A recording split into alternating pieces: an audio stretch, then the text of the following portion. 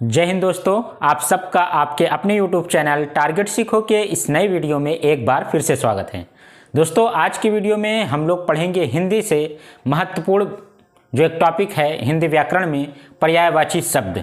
आज हम लोग देखेंगे पर्यायवाची शब्दों को, जो कि विभिन्न परीक्षाओं के लिए जितने भी आप कंपटीशन की तैयारी कर रहे हैं उन सभी परीक्षाओं में जहां भी हिंदी पूछी जाती है, आपको पर्यायवाची शब्द इसी वीडियो के माध्यम से देखने से आपके परीक्षाओं में वो सवाल दिख जाएंगे। साथियों, उम्मीद करते हैं कि आप चैनल पर नए हैं, चैनल को सब्सक्राइब कर लिए होंगे। वीडियो को अंत तक देखिएगा, महत्वपूर्ण वीडियो होने वाली है सभी प्रतियोगी परीक्षाओं के लिए हिंदी विषय से। तो दोस्तों, आज का जो हमारा है टॉपिक वो है पर्यायवाची शब्द। क्या है पर्यायवाची शब्द? जैसा कि आप सभी जानते हैं, पर्यायवाची शब्द का मतलब ही होता है एक ऐसा शब्द जिसके कई सारे अर्थ हों, जिसके तमाम सारे शब्द हो, उसे क्या कहते हैं? पर्यायवाची शब्द कहते हैं। अनेक अर्थ जिसके, अनेक शब्द जिसके हों। तो हिंदी व्याकरण में जो कि सभी परीक्षाओं के लिए इंपॉर्टेंट है, विशेषकर ये वीडियो अभी फिलहाल यूपी पुलिस को टारगेट करके बनाई जा रही है। लेकिन अगर आप किसी भी प्रकार की परीक्षा की तैयारी कर रहे हैं जिसमें हिंदी विषय से सवाल पूछा जाता है, तो उसके लिए भी ये लाभप्रद हो सकती हैं। तो आइए दोस्तों, हम लोग शुरुआत करते हैं। हमारा पहला जो पर्यायवाची शब्द है वो है आँख। कैसे याद करेंगे? बहुत ही लाजवाब तरीके से वीडियो को पूरा देखिएगा, आपको तुरंत याद हो जाएगा पूरा का पूरा। देखिए, आँख, आँख का पर्यायवाची अगर आपसे पूछता है तो आँख का मतलब होता ही क्या है? नेत्र होता है। क्या होता है दोस्तों? नेत्र। आँख का पर्यायवाची हो जाएगा नयन। क्या हो जाएगा? नयन। नयन अर्थात आँख की पर्यायवाची हो जाएगी नयन। और इसके अलावा दृग, नयन, दृग, चक्षु, मोस्ट इंपॉर्टेंट है चक्षु। और इसके साथ साथ आप लोग जानते हैं नेत्र और विलोचन। चक्षु विलोचन कैसे याद करेंगे? नेत्र नयन लोचन चक्षु विलोचन। कैसे याद करेंगे? नेत्र नयन लोचन चक्षु विलोचन। ये किसके पर्यायवाची हैं? ये पर्यायवाची हैं आपके आँख के। ठीक है दोस्तों, ऐसे धीरे धीरे करके आप वीडियो को 2 बार 3 बार देख लेंगे तो 100% आपको याद हो जाएगा। और ये जितने सवाल हैं ये रिपीटेड सवाल हैं, ऐसा नहीं है कि ये सवाल आते नहीं है एग्जाम में, यहीं से सवाल पूछे जाते हैं। तो आंख का पर्यायवाची आपको कैसे याद होना करेंगे आप? तो साथियों, आंख की पर्यायवाची आप कैसे याद करेंगे? नेत्र नयन लोचन चक्षु विलोचन। एक और लिख सकते हैं हम लोग, लोचन।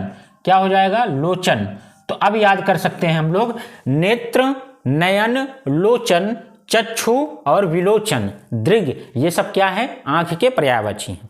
आइए हम लोग दूसरे पर्यायवाची शब्द पे चलते हैं। मोस्ट इंपॉर्टेंट है कमल। कमल तो बहुत इंपॉर्टेंट है, आप सभी जानते हैं, क्योंकि कमल कहाँ उगता है दोस्तों? कमल जो खिलता है वो पानी में, और पानी में जन्म जो लेता है उसे क्या बोलते हैं? कमल बोलते हैं। तो पंकज इसका क्या है? नाम जितने हैं क्या? पंकज। जिसके अंत में क्या आ रहा है? जा आ रहा है। तो जा जहां आ रहा है वो सारे के सारे किसके होंगे? वो सारे के सारे होंगे कमल के पर्यायवाची। कैसे याद करेंगे? पंकज। क्या? पंकज, नीरज, पंकज, नीरज, जलज, जल में जन्म लेने वाला, जलज, सरोज, अंबु। अंबु मतलब तो पानी होता है, नीर होता है अंबु।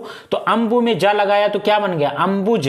ये भी हो जाएगा किसका? कमल का पर्यायवाची। कैसे याद होगा आपका? आप लोग देखिएगा, कमल का जो होगा वो पंकज, जलज, नीरज, सरोज, अंबुज और राजीव। क्या? राजीव नाम है। ये भी क्या है? कमल का पर्यायवाची है। और इसके साथ साथ वारिज। वारी मतलब पानी होता है ना, वारी। वारी का मतलब वो पानी का पर्यायवाची है, वारी, अंबु। तो ये पानी का पर्यायवाची है, उसी में हमने क्या लगा दिया? जा। तो क्या बन गया? वारिज, अंबुज, सरोज, नीरज, जलज और पंकज। और इसके साथ ही साथ राजीव। ये सारे के सारे किसके पर्यायवाची हैं? कमल के पर्यायवाची हैं। उम्मीद करते हैं आपको यहाँ तक चीज़ें याद हो रही होंगी बहुत ही शानदार तरीके से। दोस्तों, इसके बाद पानी का पर्यायवाची आ गया है। अब देखिए, ये तो याद हो जाएगा तुरंत, क्योंकि अभी हमने कमल का पढ़ा है और उसी से देखा, रिलेटेड कर देते हैं। नीर है और नीर में हमने जा लगाया था तो क्या बन गया था? नीरज। देखिए ट्रिक कैसे याद करेंगे। नीर मतलब पानी होता है, पानी में जो जन्म लेता है उसे कमल कहते हैं। तो नीर मतलब पानी, नीर मतलब पानी, पानी में जिसने जन्म लिया वो हो गया कमल का, और पानी खुद क्या है? नीर का पर्यायवाची। नीर जो है पानी का पर्यायवाची है। ट्रिक आपको समझ में आ रही होगी कि नीर पानी का पर्यायवाची होता है, इसमें आपने जा लगाया तो कमल का बन गया, क्योंकि कमल पानी में जन्म लेता है। तोय, तोय किसका होता है? पानी का पर्यायवाची होता है। अंबु, अंबु भी पानी का पर्यायवाची होता है, जल का पर्यायवाची होता है। आपने अभी बताया कि अंबु में क्या लगाते? जा, तो अंबुज बन जाएगा। अंबुज किसका होता है साथियों? कमल का होता है। उम्मीद करते हैं समझ में आ रही होगी बातें आपको। जल, जल तो आप जानते हैं कि पानी का क्या होगा? जलज, जलज, जलज बन गया। जो कमल है, कमल में देखिए आप कैसे याद कर सकते हैं? जलज, जल में जन्म लेने वाला, तो जल मतलब पानी होता है और जल मतलब जलज मतलब कमल होता है। नीर मतलब पानी होता है, नीर में जा लगाया तो नीरज मतलब कमल होता है। तोय पानी का हो गया। अंबु मतलब पानी होता है, अंबु में जा लगाया तो अंबुज हो गया। अंबुज किसका होता है? कमल का पर्यायवाची होता है। इसके बाद एक और था वारी। वारी भी क्या है? वारी भी आपका क्या है दोस्तों? वारी है आपका पानी का पर्यायवाची, और वारी में ही तो आपने लगाया था जा, तो क्या बन गया था? वारिज। क्या बन गया था? वारिज। तो ये हो गया आपका वारिज, किसका? कमल का। तो पानी के पर्यायवाची याद हो गया होगा। पानी का नीर, तोय, अंबु, जल, वारी, ये किसका हो गया? पानी का पर्यायवाची। साथियों उम्मीद करते हैं समझ में आ रही होगी बातें। आगे हम लोग देखेंगे कपड़ा, मोस्ट इंपॉर्टेंट। देखिए ये सारे के सारे जो पर्यायवाची शब्द दिए गए हैं ये इंपॉर्टेंट है, प्रीवियस ईयर में आए हुए एग्जाम में ये मोस्ट इंपॉर्टेंट है। इसलिए आपको यूपी पुलिस की अगर आप तैयारी कर रहे हैं तो ये वीडियो बहुत इंपॉर्टेंट होने वाली है। आपको लगभग 20-30 सवाल आज हम कराएंगे जिसमें इंपॉर्टेंट ही रहेगा और वो परीक्षा में सीधे सीधे पूछे जाएंगे। चौथा पर्यायवाची है हमारा कपड़ा। तो कपड़ा का पर्यायवाची कैसे याद करेंगे साथियों? चीर, आपने सुना होगा चीर हरण, सुना होगा महाभारत में चीर हरण, तो वहां से याद करेंगे। चीर मतलब कपड़ा। बसन, चीर बसन। पट, पट भी होता है किसका? कपड़े का पर्यायवाची। अंबर, अंबर भी होता है। वस्त्र तो आप जानते ही हैं। तो चीर बसन, पट, अंबर, वस्त्र, ये किसके हैं? चीर, वसन, बसन, पट, अंबर, वस्त्र, ये सारे के सारे कपड़ा के पर्यायवाची हैं। किसके? कपड़ा जिसे आप पहनते हैं। ठीक है दोस्तों। इसके बाद हम लोग चलते हैं, इंपॉर्टेंट है अमृत। कई बार आया हुआ है एग्जाम में, अमृत का पर्यायवाची बताइए। तो अमृत का पर्यायवाची हो जाएगा सोम। क्या हो जाएगा? सोम। आप जानते सोम रस अमृत होता है जो देवता लोग पीते हैं, उसे क्या बोलते? सोम रस। तो ये हो जाएगा अमृत का पर्यायवाची सोम। सुधा, क्या हो जाएगा? सुधा। अमीय, अमी भी किसका होता है? अमी इंपॉर्टेंट है, अमी भी होता है अमृत का। पीयूष नाम है, ये याद रखेंगे। पीयूष भी किसका होता है? अमृत का पर्यायवाची होता है। मधु, आपने देखा दो नाम, सुधा, मधु, पीयूष, अमी, और इसके अलावा सुरभोग। सुरभोग अर्थात सुर मतलब देवता, भोग मतलब भोग लगाना। सुर लोगों, सुर माने देवताओं का भोग जो होता है उसे क्या बोलते हैं? अमृत बोलते हैं। तो अमृत का कैसे याद करेंगे दोस्तों? सुधा, मधु, सोम, सुरभोग और इसके अलावा पीयूष, अमीय, ये होता है आपका किसका?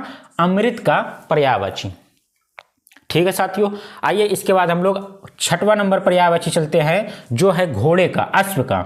इंपॉर्टेंट है, अगर आप तैयारी कर रहे हैं एग्जाम की तो आपको ये पता होगा कि ये जितने भी पर्यायवाची शब्द हैं ये सारे के सारे इंपॉर्टेंट हैं और ये प्रीवियस ईयर में आए हुए एग्जाम में ये सवाल आपके सामने हैं। तो अश्व का क्या हो जाएगा दोस्तों? अश्व मतलब होता है घोड़ा। क्या होता है?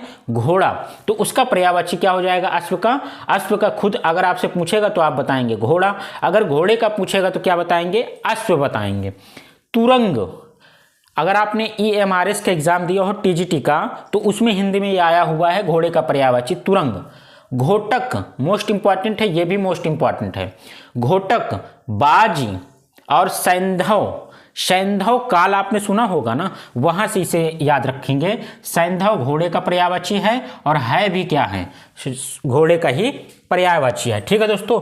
तो कैसे याद करेंगे अश्व का? अश्व का हो जाएगा घोड़ा, तुरंग, घोटक, बाजी, सैंधव है। ये कुछ महत्वपूर्ण पर्यायवाची हैं।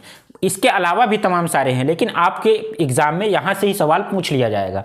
आपको इतने अगर याद रहेंगे तो आपका सवाल गलत नहीं होने वाला, इस चीज़ का आप विश्वास कीजिए। इसके बाद है इंपॉर्टेंट दोस्तों जो है खग। आप सभी जानते हैं खग मतलब क्या होता है। खग मतलब तो पक्षी होता है ना, तो पक्षी का पर्यायवाची पूछा है आपसे, तो खग, खग का विहग बताएंगे। क्या बताएंगे?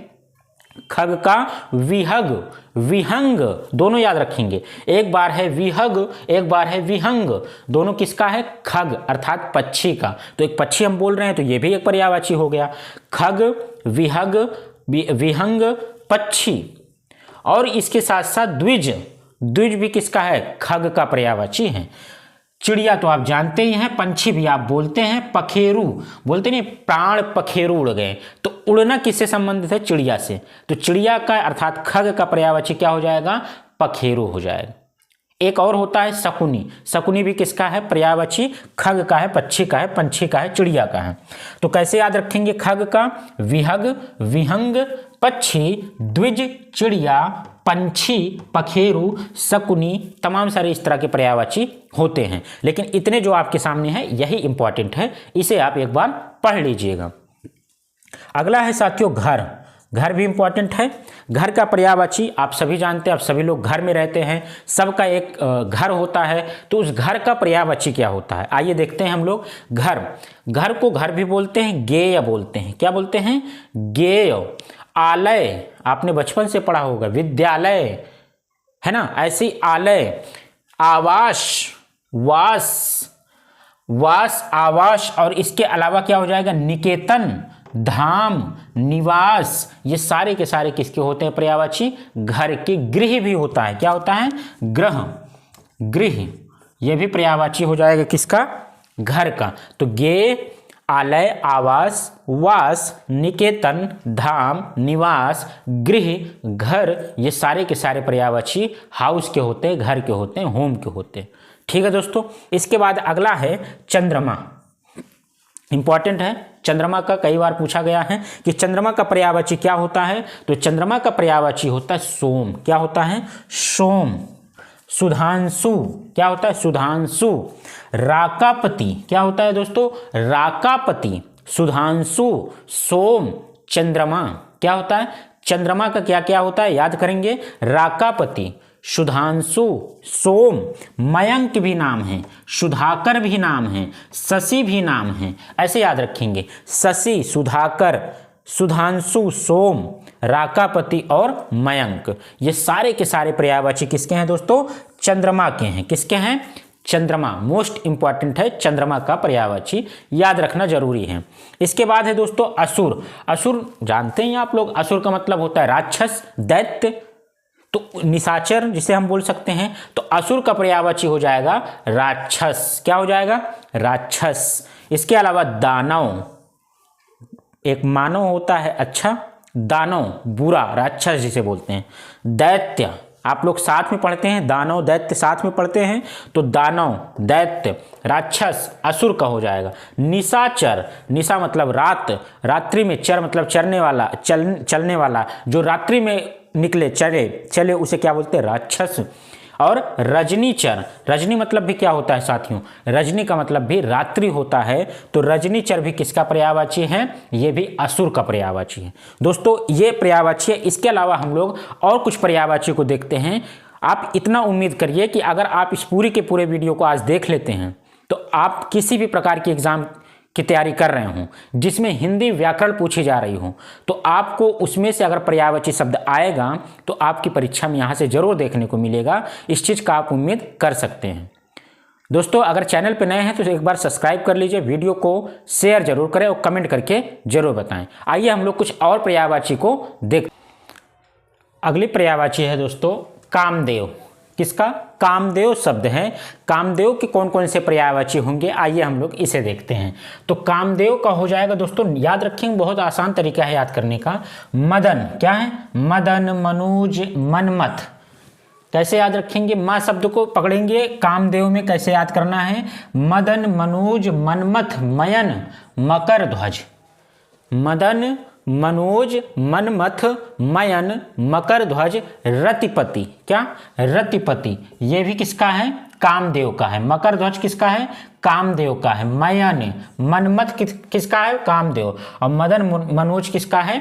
कामदेव का पर्यायवाची है। ऐसे आप इसे याद कर सकते हैं। 1-2 बार आप देखेंगे वीडियो को, पूरा याद हो जाएगा और एग्जाम में आते ही आप तुरंत इसे क्या कर देंगे, टिक लगा देंगे। ठीक है दोस्तों। अगला है कुत्ता। कुत्ते का जो पर्यायवाची है वो क्या होता है, इंपॉर्टेंट है, देखते हैं। स्वा क्या होता है, कुत्ता का पर्यायवाची स्वा, और इसके अलावा श्वान होता है। आपने पढ़ा होगा काकचेष्टा बको ध्यानम, श्वान मुद्रा तथोचा। तो श्वान मुद्रा, कुत्ते के जैसी नींद हो, तो ये श्वान है, वही वाला क्या है, श्वान। कुत्ते का क्या हो जाएगा, श्वा, श्वान।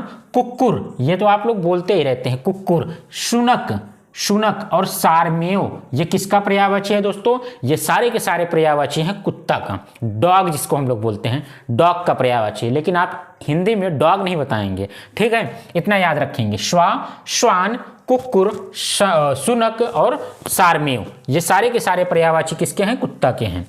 इसके बाद है अगला इंपॉर्टेंट है आकाश, जिसे हम लोग आसमान बोलते हैं। तो आकाश का पर्यायवाची याद रखेंगे दोस्तों, इंपॉर्टेंट है गगन। आकाश को कैसे याद रखेंगे, गगन, नभ, अंबर। अब आप लोग कमेंट करके बताइए, अभी अभी हमने आपको पढ़ाया अंबर और किसका पर्यायवाची होता है, ये आप कमेंट में जरूर बताएंगे। ठीक है दोस्तों। तो आकाश का हो जाएगा गगन, नभ, अंबर। अंबर किसी और का होता है पर्यायवाची, वो आप कमेंट करेंगे। अनंत, आकाश क्या है, अनंत है, जिसका कोई अंत नहीं, अनंत। आसमान शून्य है, अर्थात जिसकी कोई संख्या गणना नहीं की जा सकती। और इसके अलावा पुष्कर, ये सारे के सारे किसके पर्यायवाची हैं, आकाश के पर्यायवाची हैं दोस्तों, याद रखेंगे एग्जाम के पॉइंट ऑफ व्यू से। अगला देखेंगे सूर्य, मोस्ट इंपॉर्टेंट, इसे आप वेरी मोस्ट इंपॉर्टेंट लगा सकते हैं, बहुत ही ज़्यादा इंपॉर्टेंट है ये सूर्य का। सूर्य का कैसे याद रखेंगे, दिनकर, दिवाकर, भास्कर, अर्क, रवि, आदित्य, सूरज, तमाम सारे पर्यायवाची हैं किसके, सूर्य के।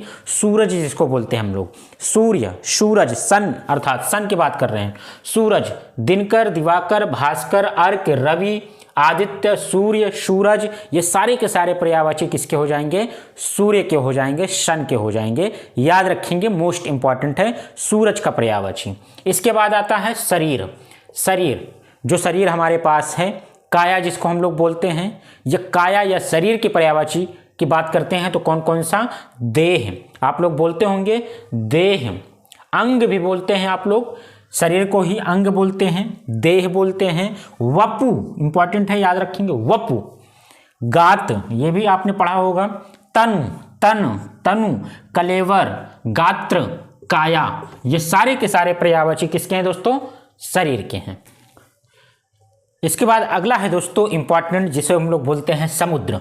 समुद्र का पर्यायवाची आसान है, याद करने का तरीका कैसे है, आपको कमल का याद हो गया होगा, आपको पानी का याद हो गया होगा। तो पानी और कमल से ही ये भी बना है, किससे बना है, पानी से ही बना है। पानी से क्या बना है, समुद्र। समुद्र तो पानी का बड़ा रूप होता है, नदियों का बड़ा रूप होता है। तो समुद्र का कैसे याद करेंगे, अगर आपको पानी का पर्यायवाची याद है तो आप समुद्र का पर्यायवाची आसान तरीके से याद कर सकते हैं। सबसे पहली चीज़ तो समुद्र में सागर आप जानते ही हैं, समुद्र अर्थात सागर, विशाल पानियों का जो पानी का भंडार है, सागर। वारिस, आइए इसे हम लोग याद करते हैं, कैसे याद करेंगे, इसमें 2 शब्द लिखे हुए हैं, वारिस। अगर आप इसका संधि विच्छेद करेंगे ये टूट जाएगा, क्या होगा, वारी धन ईस, क्या हो जाएगा दोस्तों, वारी धन ईस। और आपको पढ़ाया गया अभी अभी, वारी किसका पर्यायवाची है, पानी का है। वारी किसका पर्यायवाची है दोस्तों, आइए हम आपको समझाते हैं बहुत आसानी से। वारी मतलब पानी होता है, और वारी धन ईस तो क्या बन गया, वारिस। तो जब वारिस बना तो वारी मतलब पानी, ईस मतलब ईश्वर, पानियों का ईश्वर, अर्थात पानी जिसमें ढेर सारा हो, विशाल जिसमें पानी हो, जिसमें ढेर सारे पानी हो, उसे क्या बोलते हैं, वारिस बोलते हैं। और वारिस किसका पर्यायवाची होता है, समुद्र का होता है, क्योंकि वहाँ थोड़ा पानी नहीं बहुत पानी होता है। ईश्वर जैसे अनंत है वैसे पानी वहाँ पे क्या है, समुद्र में अनंत है, वैसे ही बोलेंगे वारी धन ईस बराबर वारिस। तो वारिस किसका पर्यायवाची हो जाएगा दोस्तों, समुद्र का हो जाएगा। याद हो गया आपको, सागर याद हो गया आपको, वारी धन ईस वारिस याद हो गया। आइए इसके बाद देखेंगे नदी धन ईस, क्या, नदी धन ईस, ईस मतलब ईश्वर, नदी मतलब नदियाँ, जिसमें तमाम सारी छोटी छोटी नदियाँ जा करके मिलती हैं, वही तो समुद्र होता है। तो नदियों का जो तमाम सारा भंडार है, नदी प्लस ईस नदीश क्या हो जाएगा, नदीस। तो नदीस किसका पर्यायवाची है साथियों, समुद्र का पर्यायवाची नदीस है। कैसे याद किया आपने, सागर याद कर लिया, समुद्र का पर्यायवाची सागर याद हो गया, समुद्र याद हो गया। वारी धन ईस, वारिस याद हो, वारी मतलब पानी, पानी जिसके ईश्वर रूपी पानी हो, ढेर सारा पानी, वारिस हो गया। नदी धन ईस, नदीस हो गया। और इसके अलावा आपने याद किया था पानी का पर्यायवाची अम्बु, आपने याद किया था क्या दोस्तों, अंबु, अंबु याद किया था पानी का पर्यायवाची। तो अंबु धन धी, धी मतलब धारण करना, धी का कैसे याद करेंगे, धी मतलब धारण करना, और समुद्र में पानी धारण करने की क्षमता होती है। तो अंबु मतलब पानी, पानी को जिसने क्या किया है, धारण किया है, उसे अंबुधि कहते हैं। क्या बोलते हैं, अंबुधि कहते हैं। अगर इसी में अंबु प्लस जा लगा दें तो साथियों बताइए किसका होगा, कमेंट करिएगा। अंबुज प्लस जा लगा दिया हमने, अंबु मतलब पानी, जा मतलब जन्म लेने वाला, पानी में जन्म लेने वाले को क्या बोलते हैं, कमल बोलते हैं। और अभी अभी हमने आपको इसका ट्रिक बताया था कि अंबु मतलब पानी, अगर आपको पानी का याद हो गया तो अंबु में आपने लगाया जा, तो अंबुज बना था, वो किसका पर्यायवाची था, कमल का था। अभी आपको क्या समझाया जा रहा है, समुद्र का, समुद्र अर्थात पानियों का भंडार। तो अंबु में धी लगा दिया, अंबुधि, धी मतलब धारण करना, धारण करने की जो, स्टोर करने की जो क्षमता है। अंबु मतलब पानी को धारण करने की क्षमता, अंबुधि, अंबुधि को क्या बोलते हैं, समुद्र। वारी धन ईस, वारिश, नदी धन ईस, नदीश, अंबुधन धी, अंबु मतलब पानी, धी मतलब धारण करना, अंबुधन धी, अंबुधि अर्थात समुद्र। और इसके अलावा आपने याद किया था तोय, तोय भी आपने जल का याद किया था, पानी का पर्यायवाची अगर याद हो आपको तो। तोय का मतलब होता है पानी और निधि मतलब होता है संपत्ति। तो तोय निधि, पानी की संपत्ति, पानी का विशाल भंडार, उसे भी क्या बोलते हैं साथियों, समुद्र बोलते हैं। अगर आपको तरीका समझ में आ रहा हो पढ़ाने का और ये समझने का, याद करने का तरीका अगर आपको पसंद आया हो, एक लाइक कीजिए और कमेंट करके जरूर बताइएगा, ठीक है दोस्तों। तो तोय धन निधि, तोय निधि भी किसका होता है, समुद्र का पर्यायवाची होता है। नीर आपने याद किया था, नीर तो आप जानते हैं बचपन से, नीर निधि, नीर निधि हो जाएगा। तो नीर निधि समुद्र का पर्यायवाची, और सिंधु भी किसका होता है, समुद्र का पर्यायवाची। बहुत ही आसान है, आपको याद हो गया होगा। पानी तो आपको आसान तरीके से याद हुआ, कमल भी याद हो गया होगा, और ये समुद्र वो भी आपको याद हो गया। समुद्र का पर्यायवाची कैसे, सागर आप याद कर लीजिए, सिंधु आप याद कर लीजिए, सिंधु सागर याद कर लीजिए। वारी धन ईस, नदी धन ईस, अंबु धन धी, तोय धन निधि, नीर धन निधि, नीराधि, तोयाधि, नीर निधि, तोय निधि, अंबुधि, नदीश, वारिश, ये सारे के सारे पर्यायवाची किसके हैं, समुद्र के। ठीक है दोस्तों, आइए हम लोग कुछ और पर्यायवाची देखते हैं जो कि इंपॉर्टेंट है। लक्ष्मी कई बार आया हुआ है, लक्ष्मी का पर्यायवाची क्या होगा, रमा, कमला, इंदिरा, श्री, पद्मा, कमलासना। मोस्ट इंपॉर्टेंट है, कैसे याद करेंगे, कमल आसन, कमलासना, पद्मा, श्री, इंदिरा, श्री, इंदिरा, कमला, रमा, कमला आसन और कमला आप याद रख लीजिए। रमा याद कर सकते हैं, श्री, इंदिरा याद कर सकते हैं, पद्मा याद कर सकते हैं। ये सारे के सारे पर्यायवाची किसके हैं, कमल के हैं। किसके हैं दोस्तों, लक्ष्मी के हैं। किसके हैं, लक्ष्मी। तो लक्ष्मी के पर्यायवाची आपको कैसे याद हुआ, रमा, कमला, इंदिरा, श्री, पद्मा, कमलासना, कमलासना, ये सारे के सारे पर्यायवाची लक्ष्मी के होते हैं। ठीक है दोस्तों, उम्मीद कर रहे हैं कि आपको समझ में आ रही होगी चीज़ें। इसके बाद हम लोग देखेंगे 2-3 और पर्यायवाची जो कि बहुत इंपॉर्टेंट है, वो है यमुना। गंगा का तो आप लोग जानते हैं, गंगा नदी का भागीरथी, सुरसरी, देव नदी, आप बहुत सारा जानते हैं गंगा नदी का, मंदाकिनी। लेकिन आइए हम लोग देखते हैं यमुना नदी का पर्यायवाची। यमुना का पर्यायवाची क्या होगा, तो कालिंदी। साथियों आपने सुना होगा कृष्ण भगवान कालिंदी कूल के किनारे अर्थात कालिंदी नदी के किनारे क्या करते थे, कदम के डार पर बैठते थे। तो उसे अगर याद कर रहे हो अगर आप, तो यमुना का पर्यायवाची हो जाएगा कालिंदी। क्या हो जाएगा साथियों, कालिंदी। सूर्य सुता, कैसे याद करेंगे, तरीका बहुत अच्छा है। सूर्य मतलब आपने पढ़ लिया, सूर्य, सुता मतलब होता है पुत्री, सुत मतलब पुत्र होता है, और सुता का मतलब होता है पुत्री। तो सूर्य सुता अर्थात सूर्य के पुत्री को ही क्या बोला जाता है, यमुना जी बोला जाता है। तो सूर्य सुता हो गया। रवि, रवि किसका पर्यायवाची था, अभी अभी आपने पढ़ा, सूर्य का रवि भी होता है।